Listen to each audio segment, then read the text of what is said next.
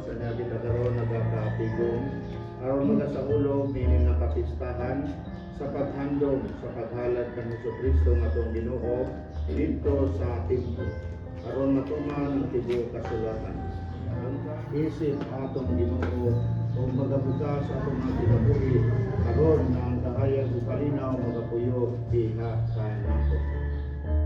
Ang kahayag nga magabanwag sa tanang kanasuran ug ang himaya sa imong katawhang Israel. Ang kahayag nga magabanwag sa tanang kanasuran ug ang himaya sa imong katawhang. Ginoo, imong gitugot ng imong sulugoon mo panaw diha sa kalinaw sumala sa imong gisaad. Ang kahayag nga magabanwag sa tanang kanasuran ug ang himaya sa imong katawhang. Dahil sa kaugalingon kong mga mata, nakita ko na ang nanduluwas, kinsa imong giandam na ang tanang katawhan ng isa sa aliya. Ang kahayag nga magabanwag sa tanang kanasuran ug ang himaya.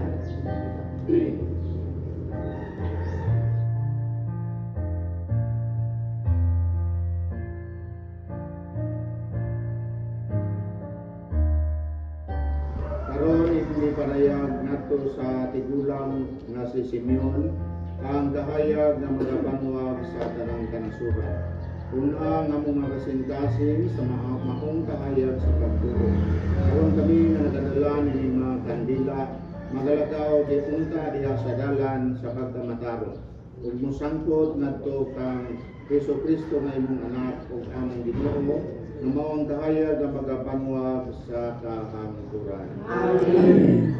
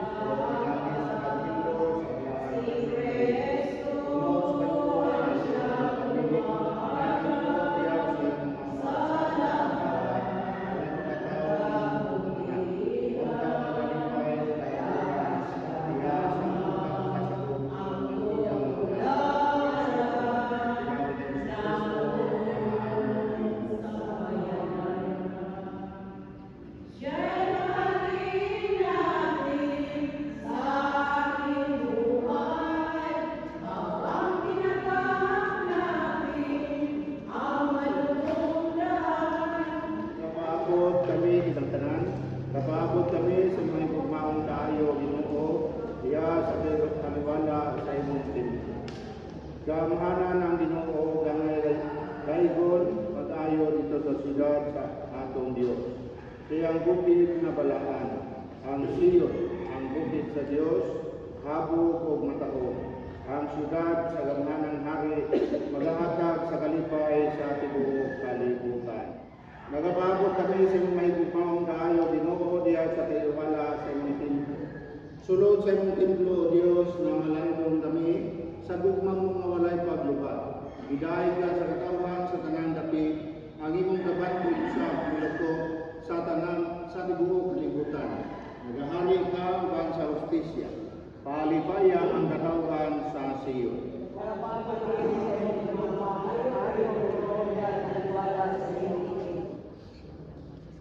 Ang unang pagtulunan mabasa sa Bangkahon sa Malakias, uluhan tulo, tutik, usa, hangtod sa iba. Mingon ang Ginoo nga labing gamhanan. Padala ko ang akong sinugo pag-andam sa dalan nga akong agian. Unya sa kalit ng adto ang templo ang Ginoo nga inyong gipaabot. Ang sinugo nga inyong gipangandoy moani ug magsangyaw sa atong sabutan. Apan pinsay mo hutay sa adlaw sa pag-abot niya, pinsa may makaharon ug padayag na niya. Sama siya sa kalayo na punti sa kutaw ug sama sa isog na sabon. Moani siya sa paghukom sama sa pagputi ng plata. Tinuan niya ang mga pari ingon sa pagpuplit sa plata o bulaw. Unya, maghalag siya sa Ginoo sa putlong matang sa mga halad. Unya ang mga halad nga dadto sa katawhan sa Juda sa Jerusalem ngadto sa Ginoo makapahimuot na kaniya sama kaniadto ang pulong sa Ginoo. Kalmo ang tuwa. Ang Diyos magapanalangin ni atong salig kaniya. Ang Diyos makapatalangin niya atong salig sa alig kaniya. Mahal ko pag-ayo ang iyong servo. Ulabing gamhanan ko. Gusto ko kaayo na ang dito. Nangantulo ko sa huwanan sa templo sa Ginoo. Nag-awit sa kalipay ang bubuo kong kalam sa buhay. Ang Diyos makapatalangin niya atong salig kaniya. Bisan pa ang mga goryo nagbuhat ng salak, ang mga maya, may ilang kuyanan. Butang nila ilang mga puso tungkol sa iyong mga halaran. Ginoo malabing kamhanan, harin ako. Pagkakalipayo ng mga kuyo sa iyong templo, kanunay silang natawa sa mga pagdayag kanina. Ang Diyos Makapatalangin niya atong salig kaniya. pagkamalipayo na itong pagkawan kan kanina, huwag sila mabuo sa kapag lakas nila, magkakawalong subakan, ang imong pinagdapit sa mga buo, o nalukok nila, ang pangalimaw sa mga buo sa unang. Ang Diyos sa panalangin sa Sa sinugan karon sa Ginoo. Ay kaduhang pagtulungan, nabasa sa masawanan sa Hebreo. Uluhan duha, tungkol kapulog upat, antod sa napulog walo.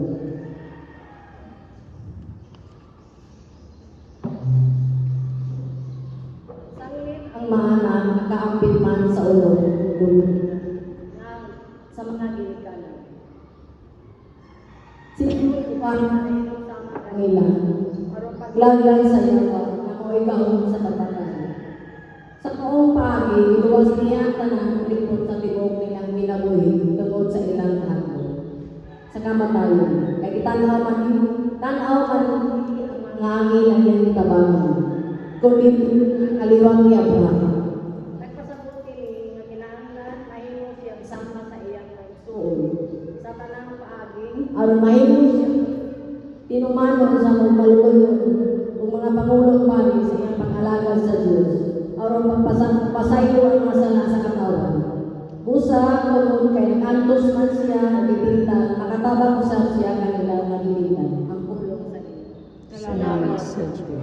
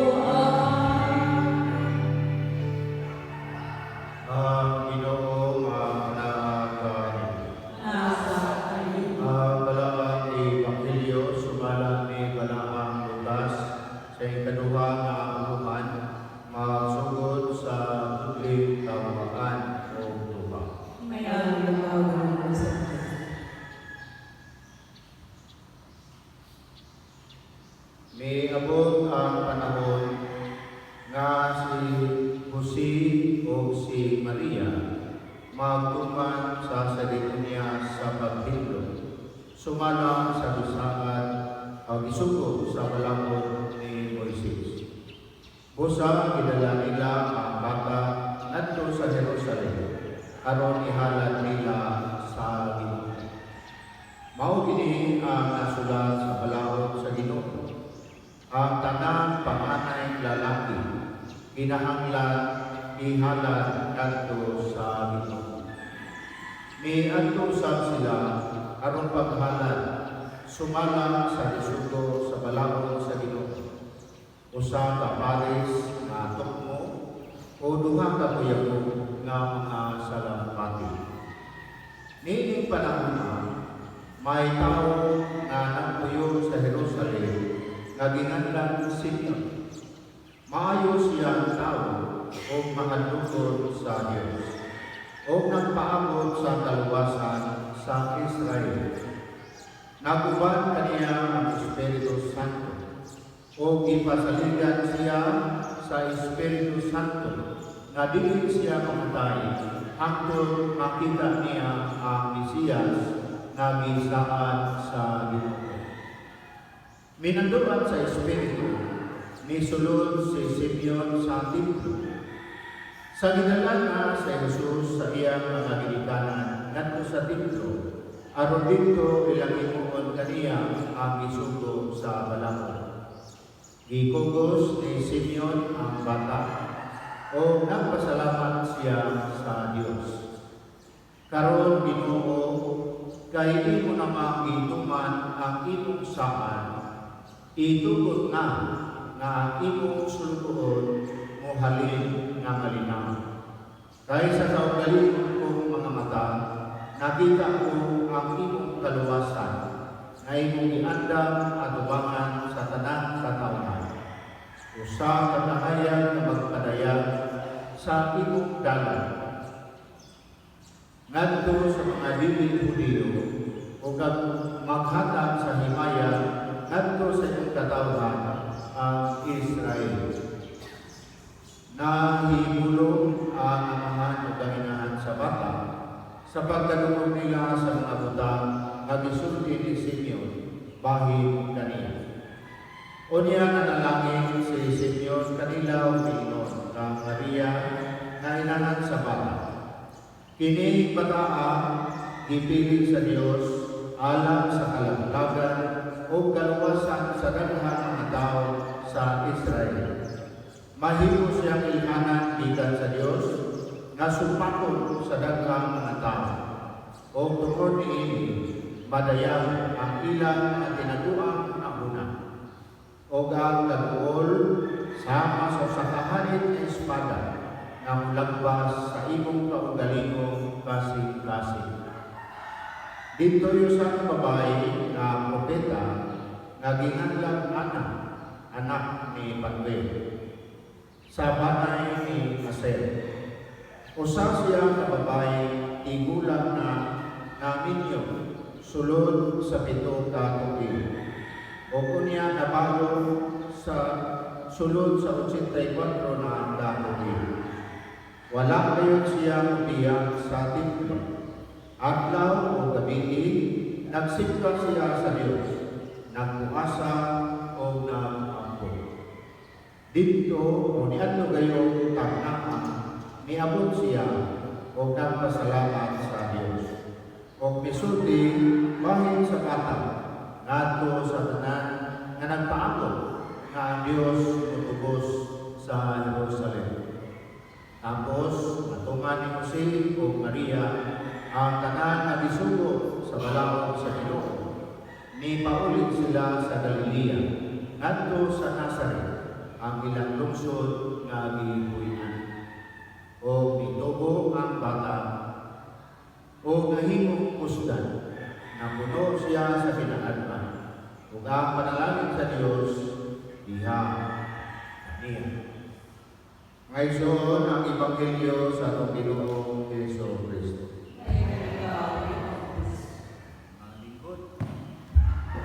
Ayong lista. O kini nga adlaw kumo na itong tawag ni Candelaria. Mauna nga doon ko yung mga tao nga ginanlan nga Candelaria o Candelario. Labi na ang mga tao Febrero 2. Pero kung sa magiging kaibalan, kung sa magiging adlaw, Candelaria rin. Okay, ato maghimuon po ang pagbalaan sa mga kandila. Una nga kandil. Kandilaryo.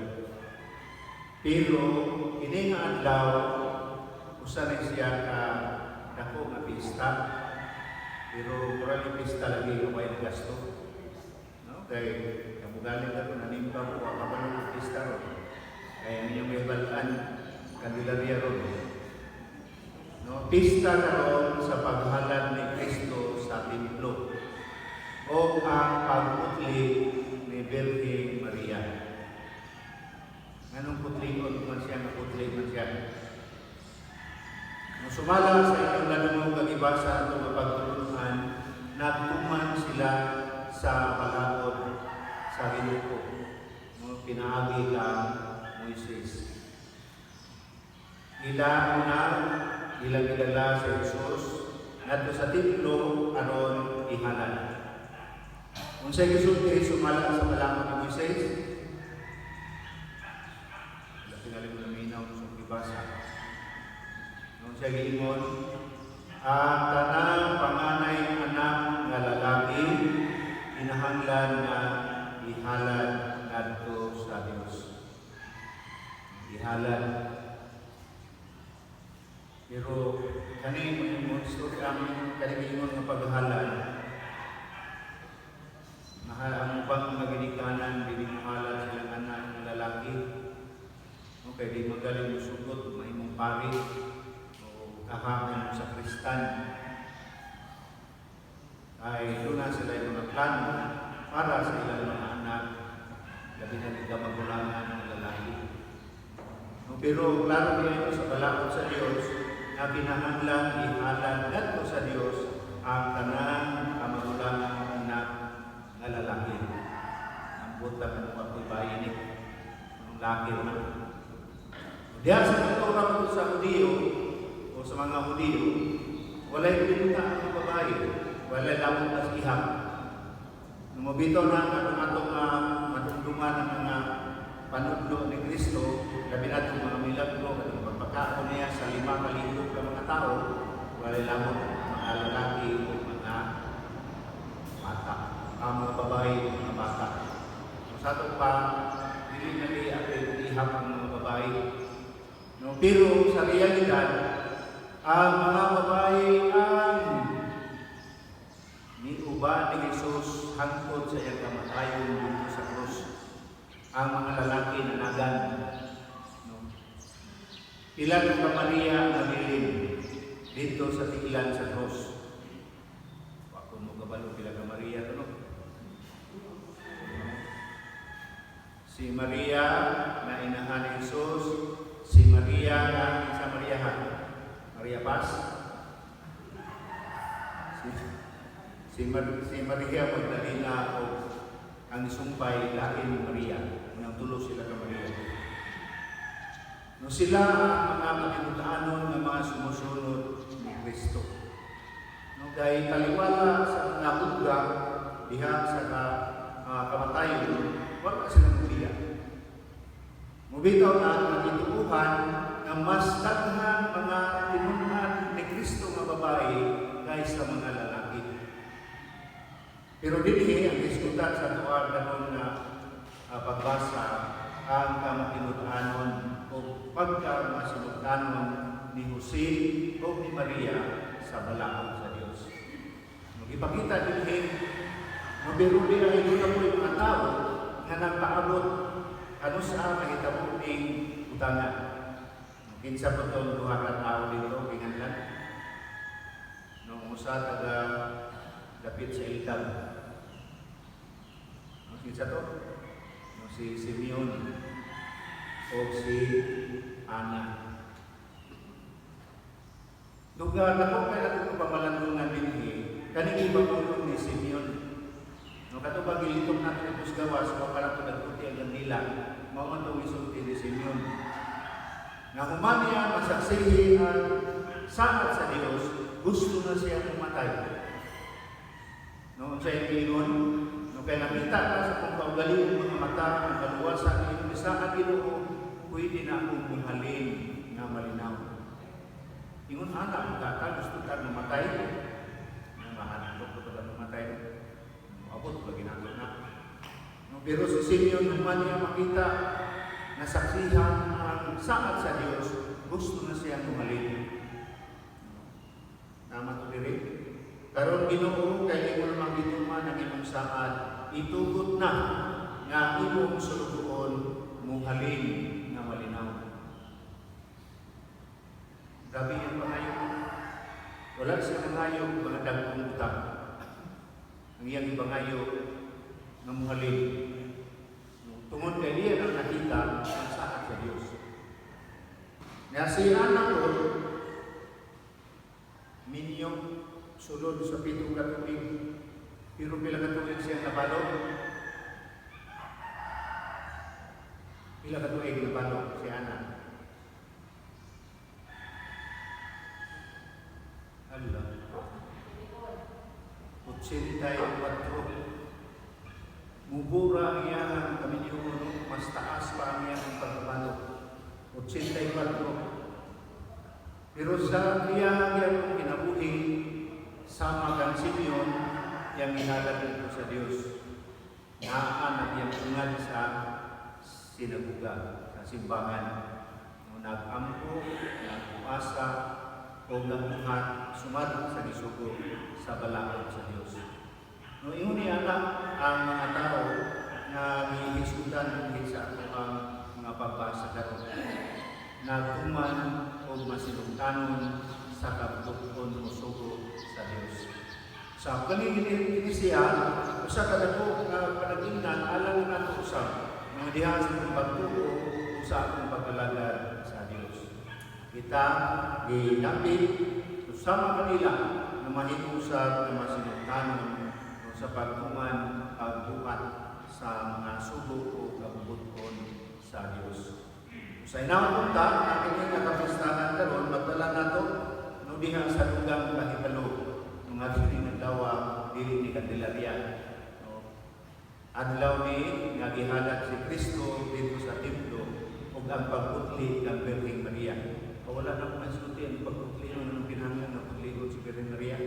No kay mamay batasan sa kultura sa mga Hudiyo, na kung ang usa ka babae ng anak, kinahanglan siya mauna nga sila pa si Jose, si Jesus o si Maria dito sa templo. Aron si Kristo ihalad o si Maria mahinuan.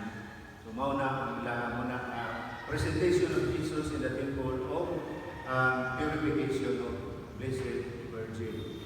So, mauna inyong isurkat Candelaria. So, pero mao gina siya paghalad ng Kristo sa templo o ang pagputli ng Birhen Maria. In short, Candelaria. Muna yung ito na matanong. May gagmay pa may. Candelaria mo yun na. May muna yung ito na ibalkan Candelaria. Yung daw pagkabaluli ay sa din sa pinako na pista nung diha sa kinabuhi sa atong Ginoo o sa kinabuhi sa Birhen Maria. So, inautunta na kini magdala nato no ato pagpanas atong naandan ang ibalikan na Candelaria. Okay, may pista na sa Candelaria.